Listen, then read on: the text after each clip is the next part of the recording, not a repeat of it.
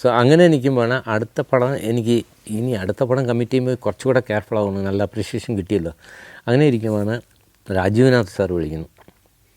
അപ്പോൾ പുള്ളി ഒരു നാഷണൽ ലെവലിലെ പടങ്ങളൊക്കെ ചെയ്ത ആളാണ്. നാഷണൽ അവാർഡ് കിട്ടിയ പടങ്ങൾ ചെയ്ത് ഇവിടെ അകം ചെയ്തിരിക്കുക, പല ഡിഫറെൻറ്റ് കൈൻഡ് ഓഫ് ഡയറക്ടറാണ്. അപ്പോൾ അതിലിരുന്ന് ഇമ്മീഡിയറ്റ് എനിക്ക് പോകാൻ പറ്റുമെന്നോ ഒരു കൺഫ്യൂഷനും ഉണ്ടായി. എന്നാലും ഒരു റെപ്യൂട്ടഡ് ഡയറക്ടറെല്ലാം പറഞ്ഞ കഥ കേട്ടു. കഥ ഭയങ്കര ഇൻട്രസ്റ്റിംഗ് ആയിരുന്നു. 9/11 ഉണ്ടായ ഒരു സംഭവത്തിൻ്റെ ഒരു ഇൻസിഡൻറ്റ് വെച്ചിട്ടാണ് എല്ലാ ഫ്ലൈറ്റും അവിടെ ഇവിടെ എല്ലാ കൺട്രിയിലും ആ 9/11 കഴിഞ്ഞ ഉടനെ തന്നെ എല്ലാം ഇറക്കിയായിരുന്നു. റഷ്യയിലുള്ള ഫ്ലൈറ്റ് യുക്രൈനിൽ നിന്നു, യുക്രൈനിലുള്ളത് വേറെ എവിടെയോ പോയി നിന്നു. ആകെ മൊത്തം കൺഫ്യൂഷനിൽ കിട്ടിയ എയർപോർട്ടിൽ എല്ലാവരും ലാൻഡ് ചെയ്തിട്ടുണ്ട്. അങ്ങനെ ഒരു സ്റ്റോറി ഉണ്ട്. അതിലെ ഒരു ഫ്ലൈറ്റ് ഇന്ത്യക്ക് വരാൻ വേണ്ടിയ ഫ്ലൈറ്റ് റഷ്യ അല്ല കസാഖിസ്ഥാനിൽ പോയി ഇറങ്ങി. അത് എന്താണെങ്കിൽ അവിടെ ഒരു ഡെഡ് ബോഡി വരുന്നുണ്ട്, അമ്മയുടെ ഡെഡ് ബോഡി ഉണ്ട്, അത് കൊണ്ടുവരുന്ന മോനും അതിലുണ്ട്. ആ കഥയാണ് അവർ അവിടെ വെച്ച് പ്ലാൻ ചെയ്തത്. അവിടെ പെട്ടുപോകുന്ന, ലാംഗ്വേജ് അറിയത്തില്ല, അവിടുത്തെ കൾച്ചർ അറിയത്തില്ല, അങ്ങനെ ഒരാൾ അവിടെ പെട്ടുപോകുന്നു. ഇത് വന്നിട്ട് TV ന്യൂസ് ആവുന്നു, ഭയങ്കര പോപ്പുലർ ആവുന്നു, ടെലിവിഷനിലൊക്കെ ഇതേപ്പറ്റി ന്യൂസായിട്ട് വരുന്നു. അത് അറിഞ്ഞിട്ട് അവിടെ കേരള ഒറിജിൻ കണക്റ്റിനുള്ള ഒരു ലേഡി ഇത് സ്റ്റോറി കാണുന്നു. അപ്പോൾ അവർ ഇതിൻ്റെ പ്രോബ്ലം സോൾവ് ചെയ്യാൻ വേണ്ടി എയർപോർട്ടിൽ വന്നിട്ട് അവിടെ വരുന്ന അതിൽ അഭിനയിച്ചതും അനൂപ് മേനനും സീനത്തമൻ പറയുന്ന ആക്ടറാണ്. അപ്പോൾ 2-3 ക്യാരക്ടർ വെച്ചിട്ട് ചെയ്ത ഒരു പടമാണ്. വളരെ കോമ്പാക്റ്റ് ഫിലിമാണ്.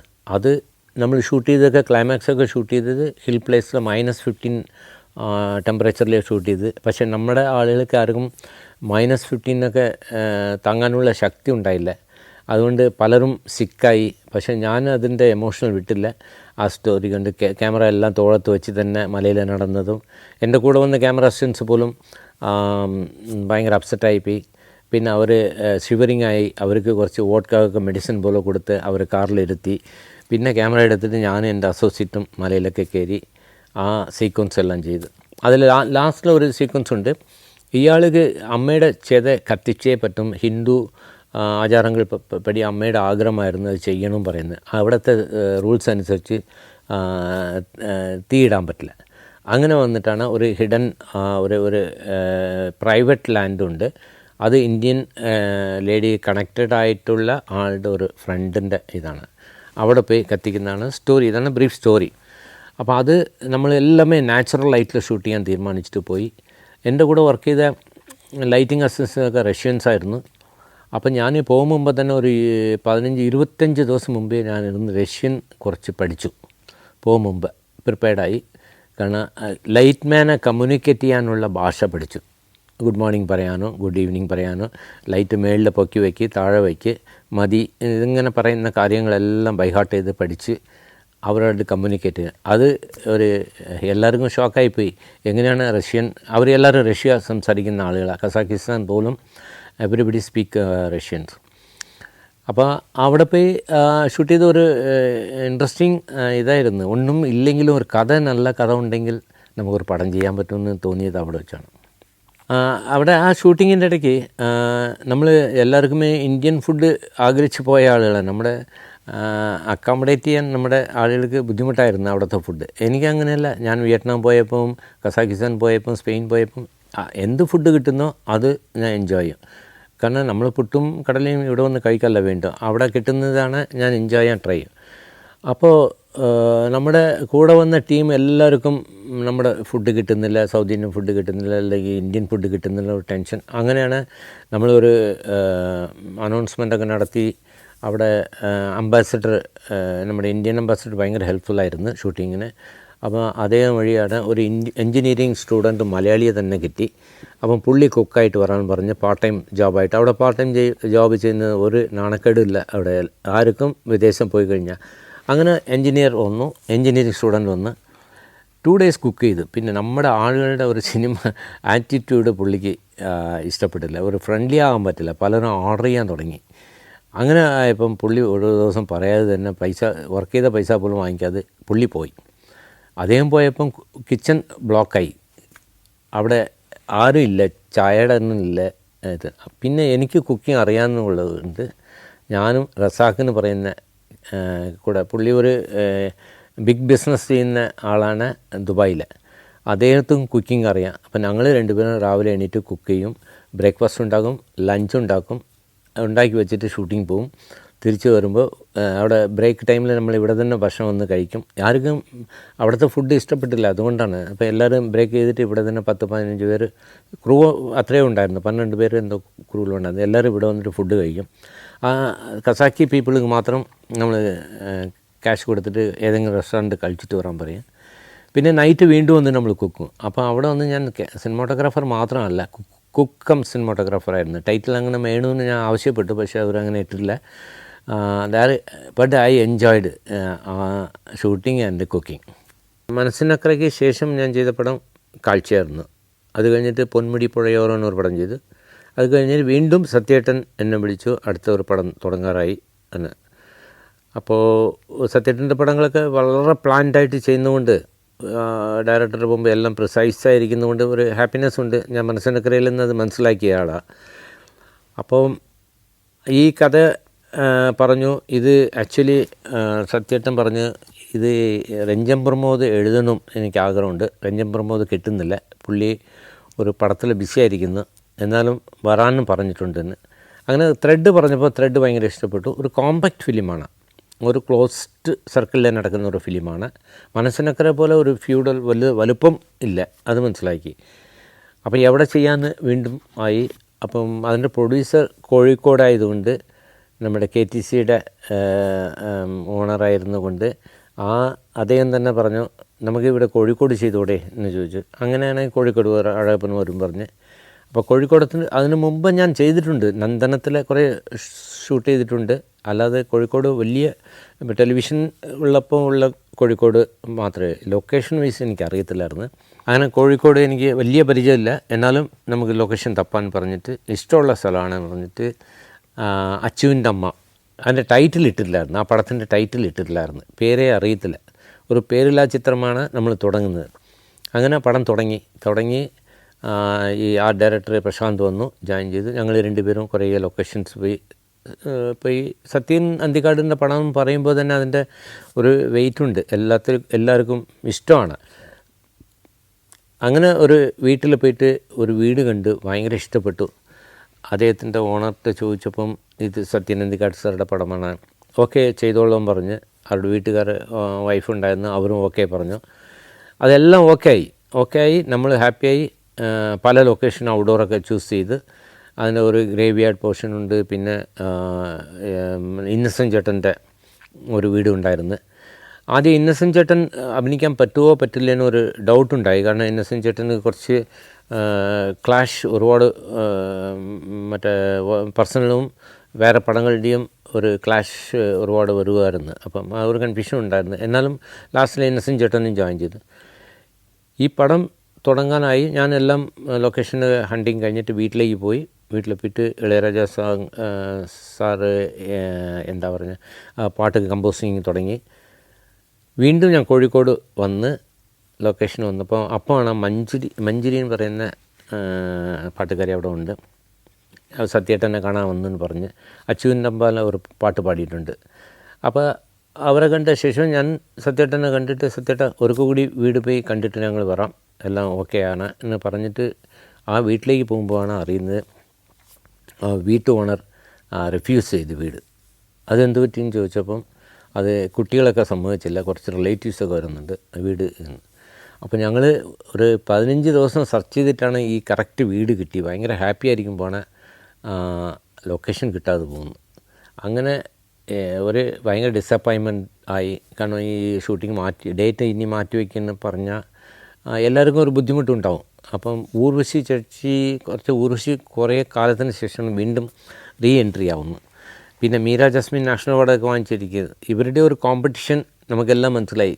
രണ്ടും ബെസ്റ്റ് ആക്ട്രസ്സാണ് ചെയ്യാൻ പോകുന്നത്. ഇപ്പോൾ ഇവർ രണ്ടുപേരും വന്നിട്ട് വീട് ലൊക്കേഷനെല്ലാം പറഞ്ഞിട്ട് അധികം ഭയങ്കര ടെൻഷനായി. അങ്ങനെ പോയിട്ട് രാത്രി ഒരു 12 മണിക്ക് തപ്പി പോകുമ്പോഴാണ് ഒരാൾ പറഞ്ഞ് ഈ വീട് കൊണ്ട് നോക്കുമെന്ന് പറഞ്ഞപ്പം നമുക്കതിലൊരു മുറ്റം വേണമായിരുന്നു. അതാണ് വളരെ ഇമ്പോർട്ടൻ്റ് ആയിരുന്നു. ആ മുറ്റം കിട്ടി. അപ്പോൾ ഇത് ഓക്കേന്ന് പറഞ്ഞ് ഞങ്ങൾ ആ വീട് തട്ടി. അവർ ഉണർത്തി രാത്രി വീട് കാണാൻ പറ്റുമോ എന്ന് ചോദിച്ചു.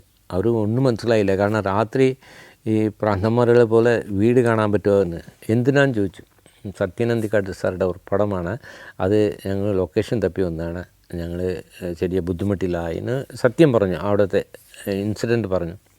അപ്പോൾ ഇതൊരു വീട് നിങ്ങൾ വിചാരിക്കുന്ന സിനിമയ്ക്ക് പറ്റിയ വീടല്ല, ഇതൊരു മുറ്റം മാത്രമേ ഉള്ളൂ, വീട് റൂമൊക്കെ ചെറുതാന്ന് പറഞ്ഞു. ഒന്ന് കണ്ടോട്ടേന്ന് ചോദിച്ചു. അങ്ങനെ ടാർച്ച് അടിച്ചാൽ മതി, ലൈറ്റ് ഇടണ്ട, കുട്ടികളൊക്കെ ഉറങ്ങുന്നില്ലെന്ന്. ഇല്ല ലൈറ്റ് ഇടാന്ന് പറഞ്ഞ് ലൈറ്റ് ഇട്ട് കാണിച്ചു. അങ്ങനെ വീട് റൂംസൊക്കെ പോയി എല്ലാം കൺജസ്റ്റഡ്. അടുത്ത ദിവസം പടം തുടങ്ങണം. ഞങ്ങൾ ഇത് കോംപ്രമൈസ് ചെയ്ത് ആ ഡയറക്ടറും ഞാനും ഏറ്റെടുത്ത് ഇത് ചെയ്യാൻ. ഞാനും ഒരു കോൺഫിഡൻസ് ഉണ്ടാക്കി, പുള്ളിയും ഒരു കോൺഫിഡൻസ്. സത്യേട്ടൻ്റെ ഒന്ന് കാര്യം പറഞ്ഞു, ഒരു വീട് കിട്ടിയിട്ടുണ്ട്, സത്യേട്ടൻ ഇഷ്ടപ്പെടുമെന്ന് മാത്രം പറഞ്ഞ്. ഒരു പേടിയുണ്ടായിരുന്നു, രാവിലെ വന്നിട്ട് പാക്കപ്പ് ആവുമെന്ന്. സത്യേട്ടൻ രാവിലെ എന്നിട്ട് ഒരു സീൻ വായിച്ചിട്ട് ഒരു സീൻ പറഞ്ഞു, മുറ്റത്തിൽ തന്നെ തുടങ്ങാൻ ഞാൻ പറഞ്ഞു ഐശ്വര്യമായിട്ട്. കാരണം എനിക്ക് അകത്തെ കയറി കഴിഞ്ഞാൽ കൺജസ്റ്റഡ് ഫീലിംഗ് ആവും. ചേട്ടാ ഇവിടെ ഒരു ഐശ്വര്യമുണ്ട്, ഇവിടെ തുടങ്ങിയാൽ ഏർലി മോർണിംഗ് ലൈറ്റിംഗ് നന്നായിട്ടുണ്ട് എന്നൊക്കെ പറഞ്ഞു. സത്യേട്ടൻ പറഞ്ഞു ഓക്കെ തുടങ്ങിക്കുമെന്ന്. അങ്ങനെ ഔട്ട്ഡോറിൽ തുടങ്ങി പതുക്കെ വീട്ടിൽ കയറിയ ശേഷം ഒരു റൂമിൽ പോയി കഴിഞ്ഞാൽ ക്യാമറ വെളിയിൽ വയ്ക്കണം, ആർട്ടിസ്റ്റ് അകത്തെ കയറ്റും, ഡയറക്ടർ ക്യാമറമാൻ എല്ലാവരും ആ റൂമിൻ്റെ വെളിയിലെ വാതിലിൻ്റെ വെളിയിൽ നിന്ന് ഷൂട്ട് ചെയ്യാൻ പറ്റും. അങ്ങനെ അത് പിന്നെ ക്ലോസപ്സ് എടുക്കുമ്പോൾ മാത്രം ക്യാമറ അകത്തേക്ക് പോകും. അങ്ങനെ ഒരു പടം ഞാൻ അതിന് മുമ്പ് ചെയ്തിട്ടില്ല, ഇനി ചെയ്യാൻ ധൈര്യവും കിട്ടത്തില്ല. അന്ന് എന്തോ ചെയ്തു പോയി. അങ്ങനെ ആ പടം ഒരു വളരെ കോമ്പാക്റ്റായി ചെയ്ത പടം. പക്ഷെ പടം വന്നപ്പം അത് ആർക്കും ഫീൽ ചെയ്തില്ല, അങ്ങനെ ഒരു ദരിദ്രം ഫീൽ ചെയ്തില്ല. പടം ഹിറ്റാവുകയും ചെയ്തു. Alaska, Romania, Austria, Slovakia, Phuket 5 രാജ്യങ്ങളിൽ നിന്നുള്ള അപൂർവ സുന്ദരമായ അനേകം കാഴ്ചകൾ ഫുൾ HDയിലുള്ള ഈ അപൂർവ ദൃശ്യയാത്രാ വിവരണ ശേഖരം സ്വന്തമാക്കാൻ 99544422 എന്ന നമ്പറിലേക്ക് സഞ്ചാരം എന്ന് SMS ചെയ്യൂ. സിനിമയിൽ സജീവമായിട്ട് നല്ല പടങ്ങൾ കിട്ടി, മനസ്സിനൊക്കെ നല്ല സക്സസ് ആയിരുന്നു. അച്ചുവിൻ്റെ അമ്മ നന്നായിട്ട് ഓടി. അപ്പം അതിനുശേഷം ഞാനിങ്ങനെ അടുത്തൊരു പടം കമ്മിറ്റ് ചെയ്യും മുമ്പ് 2-3 പ്രാവശ്യം ആലോചിക്കുക, ഇത് അടുത്ത പടം ചെയ്യുമ്പോൾ വ്യത്യാസം വേണം, ആലോചിക്കും, പ്രാർത്ഥിക്കും. അപ്പോൾ ആരെങ്കിലും വരുന്ന കഥ പറയും. ചിലപ്പോൾ 1-2 പടങ്ങൾ ഞാൻ വിട്ടിട്ടുണ്ട്, കാരണം എനിക്ക് ചെയ്യാൻ പറ്റുന്ന ഒരു സംശയങ്ങൾ വന്നപ്പോൾ. ആ സമയത്തിലാണ് ഒരു കാൾ വീണ്ടും രഞ്ജിത്തിൻ്റെ നിന്ന് വരുന്നത്. രഞ്ജിത്തിൻ്റെ കൂടെ നേരത്തെ ഞാൻ വർക്ക് ചെയ്തിട്ടുണ്ട്, നന്ദനം, മിഴിരണ്ടിലും. അത് കഴിഞ്ഞിട്ട് ഒരു ഫിലിം പ്ലാൻ ചെയ്തായിരുന്നു, അത് നടന്നില്ല. പിന്നെ അത് കഴിഞ്ഞിട്ട് ഞാൻ രഞ്ജിത്ത് എൻ്റെ ഒരു ലൈഫ് തുടങ്ങുന്നത് ദൂരദർശൻ 1985 തന്നെ രഞ്ജിത്തിനെ പരിചയപ്പെട്ടിട്ടുണ്ടായിരുന്നു. കാരണം ശ്യാമപ്രസാദ്, അലക്സ് കടബിൽ ഇവരുടെ ഒരു ഗ്യാങ്ങിൽ ഒരു ഫ്രണ്ട്ഷിപ്പ് ഉണ്ടായിരുന്നു. അപ്പം തന്നെ എനിക്ക് രഞ്ജിത്ത് അറിയാം. അത് കഴിഞ്ഞിട്ട് വർക്ക് ചെയ്യാൻ ഒരു പടത്തിന് വേണ്ടി വിളിച്ചപ്പോൾ ഞാൻ എൻഗേജഡായിരുന്നു. അതായത് ഉസ്താദിനൊരു മോഹൻലാൽ ഫിലിം തന്നെ. അപ്പോൾ ആ പടത്തിൽ എന്നെ പെട്ടെന്നാണ് കാൾ വരുന്നത്, അടുത്ത പടം നമ്മൾ ചെയ്യാം ഉസ്താദിന്. ആ സമയം പുള്ളി പറയുന്ന ഡേറ്റും എൻ്റെ പ്രോബ്ലം എന്തായിരുന്നുണ്ടെങ്കിൽ അഗ്നിസാക്ഷി ഫിലിം ഇൻ്റർനാഷണൽ ഫിലിം ഫെസ്റ്റിവലിക്ക് സെലക്ട് ചെയ്തായിരുന്നു, കുറേ ഫെസ്റ്റിവലിന്. അപ്പോൾ അതിന് സ്പെഷ്യൽ പ്രിൻ്റ് എടുക്കണമായിരുന്നു. അപ്പോൾ ആ പ്രിൻ്റ് എടുക്കാൻ വേണ്ടി ഞാൻ ലാബിൽ പോയി വർക്ക് ചെയ്യാൻ എനിക്ക് ഇങ്ങനെ ഒരു 7-8 ദിവസം വേണ്ടിയതായിരുന്നു. അപ്പോൾ ഇവർ തുടങ്ങുന്ന ആ ദിവസങ്ങളിലാണ് ഞാൻ ആ പ്രിൻറ്റിങ്, കാരണം ഇൻ്റർനാഷണൽ ലെവലിൽ പോകുമ്പോൾ ഒരുപാട് കെയർഫുള്ളായിട്ട് ചെയ്യാനുണ്ടായിരുന്നു. അതിൻ്റെ ഇന്ന് പറയുന്ന പോലെ ഡിജിറ്റൽ ഗ്രേഡിംഗ് ഇല്ലാത്തത് കൊണ്ട് മാനുവൽ ഗ്രേഡിങ്ങിൽ you have to do lot of hard work. അതിനുവേണ്ടി ഞാൻ മദ്രാസിൽ പോയി വർക്ക് ചെയ്തുകൊണ്ടിരിക്കും. രഞ്ജിത്ത് വിളിക്കും, ഇമ്മീഡിയറ്റ് തുടങ്ങണം, അഴകപ്പൻ വരണമെന്ന്. അപ്പം ചെയ്യാൻ പറ്റില്ല. അത് കഴിഞ്ഞിട്ടാണ് പിന്നെ നന്ദനം, മിഴിരണ്ടിലും കഴിഞ്ഞിട്ട് ഈ പടം എന്താണ് ചോദിച്ചപ്പോൾ മോഹൻലാൽ അഭിനയിക്കുന്ന ചന്ദ്രോത്സവം. അപ്പോൾ അവിടെ കോഴിക്കോട് വരാൻ പറഞ്ഞു. അവിടെ പോയി കഥയൊക്കെ കേട്ടു. ഒരു ആക്ഷൻ ഓറിയൻറ്റഡ് ഫിലിമിന് മനസ്സിലായി. അപ്പോൾ ഞാൻ അതുവരെ ചെയ്ത പടങ്ങളിൽ വലിയ ആക്ഷൻ ഫിലിംസ് ഒന്നും ചെയ്തിട്ടില്ല. ഒരേ ഒരു ഫാമിലി കോൺസെപ്റ്റിൽ എനിക്കിന്ന് ഒരു സ്റ്റാമ്പ് അടിച്ചിരുന്നത് ഇങ്ങനെയാണ്, ഫാമിലി കോൺസെപ്റ്റിൽ വരുന്ന പടങ്ങളും വേറെ പാരലൽ സിനിമയുടെ ക്യാമറാമാൻ എന്ന് പറഞ്ഞിട്ട് ഒരു ഇതുണ്ടായിരുന്നു. അത് ബ്രേക്ക് ചെയ്യാൻ എനിക്ക് ഇതൊരു അവസരം ഉണ്ടായി. അങ്ങനെയാണ് ചന്ദ്രോത്സവം ജോയിൻ ചെയ്യും. അതിൻ്റെ കഥ പറഞ്ഞപ്പോൾ ഭയങ്കര ഇൻട്രസ്റ്റിംഗ് ആയിരുന്നു. അപ്പം മാത്രമല്ല മോഹൻലാലിൻ്റെ കൂടെ നേരത്തെ ഒരു അവസരം കിട്ടിയിട്ട് അത് ചെയ്യാൻ പറ്റാതെ പോയി. അപ്പോൾ ഇത് മിസ് ചെയ്യാൻ പാടില്ലെന്ന് തോന്നി. അങ്ങനെ പരിചയപ്പെട്ടു. അതിനു മുമ്പ് എനിക്ക് ലാൽ സാർ അറിയാം. വിയറ്റ്നാം കോളനി ഇതിൽ വന്നിട്ട് ഞാൻ ആ സമയത്തിലെ വിയറ്റ്നാം കോളനി ഫിലിം ഷൂട്ടിംഗ് നടക്കുമ്പോൾ ഇന്ന് സിനിമ എന്നൊരു ഡോക്യുമെൻ്ററി ഞാൻ പ്രൊഡ്യൂസ് ചെയ്ത്. അപ്പോൾ അതിൻ്റെ ക്യാമറാമാനും ഞാനായിരുന്നു. ശ്യാമപ്രസാദും ഞാനും ചേർന്നാണ് പ്രൊഡ്യൂസ് ചെയ്ത്. മലയാള സിനിമയുടെ അതുവരെ ഉണ്ടായ ഒരു പഴയ സിനിമ, പ്രസൻറ്റ്, പാസ്റ്റ് ഇങ്ങനെയൊക്കെ പറഞ്ഞിട്ട് ഒരു ഡോക്യുമെൻ്ററിയാണ്. അത് 1 ഇയർ നമ്മൾ ഷൂട്ട് ചെയ്ത ഒരു ഡോക്യുമെൻ്ററി. ആ ഡോക്യുമെൻ്ററിയിൽ വിയറ്റ്നാം കോളനിയിൽ പോയി ലാൽ സാറുടെ ഭയങ്കര ഇൻ്റർവ്യൂ ഒക്കെ എടുത്തിട്ടുണ്ടായിരുന്നു. അത് കഴിഞ്ഞിട്ട് ഗുരു നടക്കുമ്പോൾ അവിടെ സെറ്റിൽ വെച്ച് പരിചയപ്പെട്ടിട്ടുണ്ട്. അല്ലാതെ ക്യാമറ വർക്ക് ചെയ്ത് സിനിമയിൽ വന്നിട്ട് ഞാൻ വർക്ക് ചെയ്യാൻ പറ്റില്ല. അപ്പോൾ ഇതൊരു നല്ല ഓപ്പർച്യൂണിറ്റി. പക്ഷേ എനിക്കറിയില്ല പുള്ളിയുടെ ക്യാരക്ടർ എങ്ങനെ ഉണ്ടാവും, ഒരു സക്സസ് ആയിരിക്കുന്ന ആക്ടറല്ലേ. അപ്പം ഞാൻ കുറച്ച് ബാക്ക് അടിച്ച് തന്നെ സെറ്റിൽ നിൽക്കുകയായിരുന്നു. കാരണം ഫസ്റ്റ് ഡേ പരിചയപ്പെടുമ്പോൾ തന്നെ കുറച്ച് ഹെസിറ്റേഷൻ ഉണ്ടായി, അഡ്വാൻസ് ചെയ്ത് പരിചയപ്പെടാനോ അല്ല പോയി മുന്നിൽ പോയി സംസാരിക്കാനോ. അപ്പോഴാണ് കാസ്റ്റ്യൂമർ മുരളി എന്നെ ഒന്ന് കണ്ടിട്ട് ലാൽ സാർ ഒന്ന് കാണണം പറയുന്നത്. അപ്പോൾ ഞാൻ പോയി. അപ്പോൾ സാർ ഇതിൻ്റെ ക്യാരക്ടർ കേട്ടില്ലേന്ന് ചോദിച്ചു. അതേ കേട്ടു. അപ്പോൾ ഇതിൻ്റെ കോസ്റ്റ്യൂംസൊക്കെ എങ്ങനെ നമുക്ക് പ്ലാൻ ചെയ്യാൻ, എൻ്റെ ഒരു ഫിഗർ ലുക്കൗട്ട് എങ്ങനെ വേണം, അത് മുരളിയായിട്ടൊന്ന് കൺസൾട്ട് ചെയ്തിട്ട് പറയുകയാണ്. അപ്പോൾ ഞാൻ കുറച്ചുകൂടെ ഫ്രീ ആയി, മൈൻഡ് ഫ്രീ ആയിട്ട് ഓക്കെ ഞാൻ നോക്കാമെന്ന് പറഞ്ഞിട്ട് ആ ക്യാരക്ടർക്ക് വേണ്ടിയ ഒരു പാറ്റേൺ ഓഫ് കോസ്റ്റ്യൂം, അതിൻ്റെ ഒരു കളർ കോമ്പിനേഷൻ, പിന്നെ ഏത് ആക്ടേഴ്സ് കൂടെ കോമ്പിനേഷൻ വരുന്നോ അത് വെച്ചിട്ട് അതിൻ്റെ ചൂസിങ് പോയി. അപ്പോൾ Ranjith also given me freedom. കാരണം ഞാൻ നേരത്തെ 2 പടം വർക്ക് ചെയ്യുമ്പോൾ ആ ഒരു ഫ്രീഡം തന്നിരുന്നു. ഇതേ ഫ്രീഡം എനിക്ക് കോസ്റ്റ്യൂം സെലക്ഷനിൽ കിട്ടി. അങ്ങനെ ഡ്രസ്സിങ് ചെയ്തപ്പം ഹീ കോൾ മീ, നല്ല സെലക്ഷനാണ്, നന്നായിട്ടുണ്ട് എന്നൊക്കെ പറഞ്ഞു. അപ്പം മുരളിയും ഭയങ്കര കോപ്പറേറ്റീവാണ് എൻ്റെ കൂടെ. മുരളി എന്ന് പറയുന്നത് മോഹൻലാലിൻ്റെ എത്രയോ പടങ്ങളുടെ കണ്ടിന്യൂസ് ആയിട്ട് കോസ്റ്റ്യൂം ഡിസൈനറാണ്. അപ്പോൾ അദ്ദേഹം വന്നിട്ട് എൻ്റെ അടുത്ത് ഇങ്ങനെ കൺസൾട്ട് ചെയ്യുമ്പോൾ എനിക്ക് ഫസ്റ്റ് ഒരു ഹെസിറ്റേഷൻ ഉണ്ടെങ്കിലും പിന്നെ ഞാൻ കൂടുതൽ അടുപ്പമായപ്പം എല്ലാം വളരെ കംഫർട്ടബിളായിട്ട് പോയി. അങ്ങനെ ഞങ്ങൾ ഫസ്റ്റ് ഡേ ഷൂട്ടായി, സെക്കൻഡ് ഇങ്ങനെ പോയിക്കൊണ്ടിരിക്കുമ്പോൾ കൂടുതൽ ഫ്രണ്ട്ഷിപ്പ് ഉണ്ടാവാൻ തുടങ്ങി. He was very friendly on set അല്ല. അങ്ങനെ ഒരു സിനിമാറ്റോഗ്രാഫേഴ്സൊക്കെ ഫ്രണ്ട്ലി ആയ ഒരു ഫേമസ് ആയിട്ടിരിക്കുന്ന ഒരു ആക്ടർ ഞാൻ അതിനു മുമ്പ് വർക്ക് ചെയ്തിട്ടില്ല. അപ്പോൾ എനിക്ക് വളരെ കംഫർട്ടബിളായപ്പം പല ചോദ്യങ്ങളും ഇങ്ങോട്ട് വന്ന് ചോദിക്കും, പൊസിഷനെ പറ്റിയും ലൈറ്റിങ്ങിനെ പറ്റിയും. അങ്ങനെ ഭയങ്കര ഫ്രീഡമായിട്ട് വർക്ക് ചെയ്തുകൊണ്ടിരിക്കുമ്പോഴാണ് നമ്മൾ ഒരു സീൻ ചെയ്തുകൊണ്ടിരിക്കുമ്പോൾ പിന്നെ എനിക്ക് വരക്കശ്ശേരി മനയുടെ ഒരു ലൈറ്റിംഗ് പാറ്റേൺ മാറ്റണമെന്നും ഉണ്ടായിരുന്നു. കാരണം കുറേ മലയാള സിനിമ വരക്കശ്ശേരി മനയിലാണ് ഉണ്ടായിക്കൊണ്ടിരിക്കുന്നത്. അപ്പോൾ ഇതിൻ്റെ ഒരു വിഷ്വൽ കോൺസെപ്റ്റ് അല്ല വിഷ്വൽ ഫ്രെയിമിങ് അല്ലെങ്കിൽ വിഷ്വൽ ലൈറ്റിംഗ് മെത്തേഡ് കുറച്ച് മാറ്റി ചെയ്യണമെന്ന് ആഗ്രഹം ഉണ്ടായിരുന്നു. അതിനുവേണ്ടി ലാൽ സാറെ പോലെ ഒരാൾ കിട്ടിയപ്പം ഭയങ്കര ഹാപ്പിയായി. കാരണം he was very perfectly cooperating with me. ഈ സമയമാണ് അവിടെ ഒരു നല്ല പോണ്ട് ഉണ്ടായിരുന്നു, ഒരു കുളം ഉണ്ടായിരുന്നു. ആ കുളത്തിൽ വെച്ച് നമ്മൾ ഒരു സീൻ ചെയ്യുമ്പോൾ ഞാനിങ്ങനെ ക്രൈം ഷോട്ട് എടുക്കുമ്പോൾ എനിക്ക് തോന്നി ഇങ്ങനെ പോയിക്കൊണ്ടിരിക്കുമ്പോൾ ആ shot end of the shot പുള്ളി കുളത്തിൽ വീഴുന്നതായിരുന്നെങ്കിൽ നന്നായിരുന്നെന്ന് എനിക്ക് തോന്നി. അപ്പോൾ ഇത് പറയണോ വേണ്ടോന്നോ ഇങ്ങനെ കൺഫ്യൂഷനിലുണ്ടായിരുന്നു. അപ്പം ഞാൻ പതുക്കെ പോയി ചെവിയിൽ പറഞ്ഞു, sir end of the shot അത് ഫിനിഷ് ചെയ്യുമ്പോൾ രഞ്ജിത്തിൻ്റെ സൂചന കൊടുത്തു. അപ്പം ഒന്ന് പറഞ്ഞു നോക്കുമെന്ന് പറഞ്ഞു. കാരണം പെട്ടെന്ന് ഒരു ആക്ടറെ എൻഡ് ഓഫ് ദ ഷോട്ടിൽ അങ്ങനെ പോയി കുളത്തിൽ അങ്ങനെ മറിഞ്ഞ് വീഴുന്ന ഒരു ഷോട്ട് എടുക്കുന്നത് ഭയങ്കര നാച്ചുറലായിരിക്കുമല്ലോ, ഫീലിംഗ് ആണ്. അങ്ങനെ ഞാൻ പതുക്കെ ചെവിയിലെപ്പി പറഞ്ഞു, സർ ഈ ക്രൈൻ ഇങ്ങനെ പോയിക്കൊണ്ടിരിക്കുമ്പോൾ അൺഎക്സ്പെക്റ്റഡായിട്ട് അങ്ങനെ വെള്ളത്തിൽ പോകുന്ന പോലെ ഒരു ഷോട്ട് കിട്ടുകയാണെങ്കിൽ ഒരു ഡിഫറെൻ്റ് അപ്രോച്ചായിരിക്കുന്നു, അതായിക്കോട്ടെ എന്ന് പറഞ്ഞു. അപ്പോൾ ഞാൻ എക്സ്പെക്റ്റ് ചെയ്തതുപോലെ കിട്ടുമോയെന്ന് എനിക്ക് ഡൗട്ടായിരുന്നു. പക്ഷേ എനിവേ ആ ക്രൈൻ പോയി എൻ്റെ ആ ഒരു ഡയലോഗൊക്കെ end of the dialogue very ആർട്ടിസ്റ്റിക്കായിട്ട് അതിൽ കുളത്തിൽ വീഴുന്ന ഒരു ഷോട്ട് കിട്ടി. അപ്പോൾ അവിടെ നിന്ന് ഓഡിയൻസും അസിസ്റ്റൻ്റ് ഡയറക്ടേഴ്സ് എല്ലാവരും സർപ്രൈസായി. കാരണം അവരാരും അറിയത്തില്ല ഇങ്ങനെ വീഴാൻ പോകുന്നു.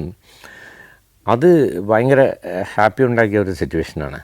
അത് കഴിഞ്ഞിട്ട് പുള്ളി എണീറ്റ് വന്നു, നീന്തി വന്നു. പിന്നെ അടുത്ത സീനിൽ നമ്മൾ കിടക്കുമ്പോൾ ഇനി ഇതിലെന്താ ചെയ്യാനുണ്ട്, എക്സ്പെരിമെൻറ്റ് ഇങ്ങനെയൊക്കെ ചോദിക്കാൻ തുടങ്ങി. So it was very interesting. പിന്നെ ഞാൻ മനയുടെ ലൈറ്റിംഗ് ഞാൻ പറഞ്ഞല്ലോ നേരത്തെ, അത് കുറച്ച് മാറ്റി ചെയ്യാൻ വേണ്ടി ഒരു ഇത് നൈറ്റ് എഫക്റ്റ് വന്നപ്പം ഈ ജ്വല്ലറി ഷോപ്പിൻ്റെ ലൈറ്റ്സ് കുറച്ച് ഇത് വെച്ചിരുന്നു. ജ്വല്ലറി ഷോപ്പിലുള്ള സ്പോട്ട് ലൈറ്റ്സ് അത് വെച്ച് ലൈറ്റ് ചെയ്ത് നോക്കിയപ്പം എനിക്ക് ഭയങ്കര ഇൻട്രസ്റ്റിംഗ് ആയിട്ട് തോന്നി. പക്ഷെ ഇന്ന് ഡിജിറ്റലാണെങ്കിൽ very easy to get the image on spot. അന്ന് മോണിറ്ററിൽ അതൊന്നും നമുക്കൊന്ന് ജഡ്ജ് ചെയ്യാൻ പറ്റില്ല, ഓൺലി ഐ പീസിൽ മാത്രമേ ജഡ്ജ് ചെയ്യാൻ പറ്റും. അപ്പം ഞാൻ ആ ലൈറ്റിംഗ് ചെയ്തു, ലൈറ്റിംഗ് റെഡി. അപ്പം ലാൽ സാർ വന്നു, ബാക്കി ആക്ടേഴ്സൊക്കെ വന്നു. അതിൽ ഒരു പോപ്പുലർ ആക്ടറാണ് അവിടെ നിൽക്കുകയായിരുന്നു. അപ്പോൾ ലാൽ സാർ ചോദിച്ച് റെഡിയാണ് എന്ന് പറഞ്ഞു. ആ റെഡി. അപ്പോൾ ലൈറ്റ്സ് ഓൺ എന്ന് പറഞ്ഞു. ഓൺ പറഞ്ഞപ്പോൾ ഈ ചെറിയ ചെറിയ ലൈറ്റ്സ് മാത്രം അവിടെ ഇവിടെ കാണായി. ഇപ്പം നൈറ്റ് എഫക്റ്റ് വരെ ഇത് ആർക്കും മനസ്സിലായില്ല. ലൈറ്റ് ഓൺ പറഞ്ഞ് ഞാൻ റെഡിയെന്ന് പറയുകയും ചെയ്യുന്നത്. അപ്പോൾ അവിടെ നിന്ന് ഈ ആക്ടർ പറഞ്ഞ് അഴകപ്പൻ ഇതിൽ ലാൽ സാറാണ് അഭിനയിക്കുന്നതെന്ന്. ഞാൻ പറഞ്ഞു അറിയാം എന്ന് പറഞ്ഞു. പക്ഷെ അവിടെ നിന്ന് ബാക്കിയുള്ളവർ ചിരിച്ചു പൊട്ടി.